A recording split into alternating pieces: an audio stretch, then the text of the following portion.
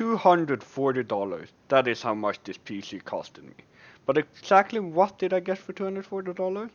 I got performance that should not be available at this price point. Seriously though. This computer is housing an i5 4670K at stock speed, a GTX 660, 8 gigs of RAM, and a 120 gigabit SSD with activated Windows 10.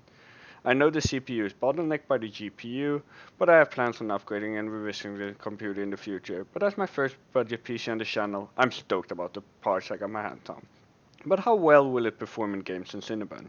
I will be benchmarking the following: Cinebench R15, GTA 5 at 1080p highest settings and 1440p high settings, Rocket League at 1080p and 1440p high quality settings, CSGO at 1080p highest settings and 1440p high settings.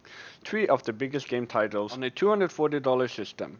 But before the benchmarking starts, yes, I know that 2 gigabit of VRAM is the limiting factor in 1440p, but I want to put this GTX 660 to its limit. Every background footage is recorded with shadow play in 1440p. The i5 4670K scored 563 on Cinebench.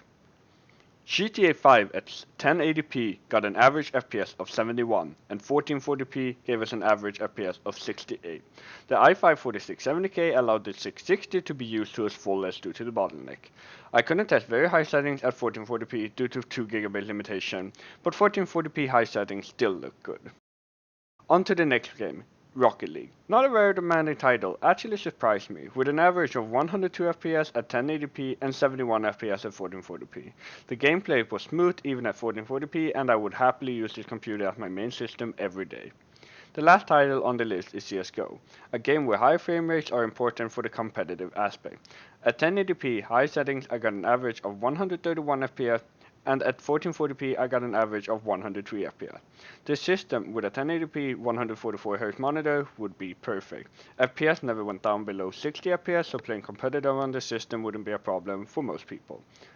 This $240 PC is worth every penny.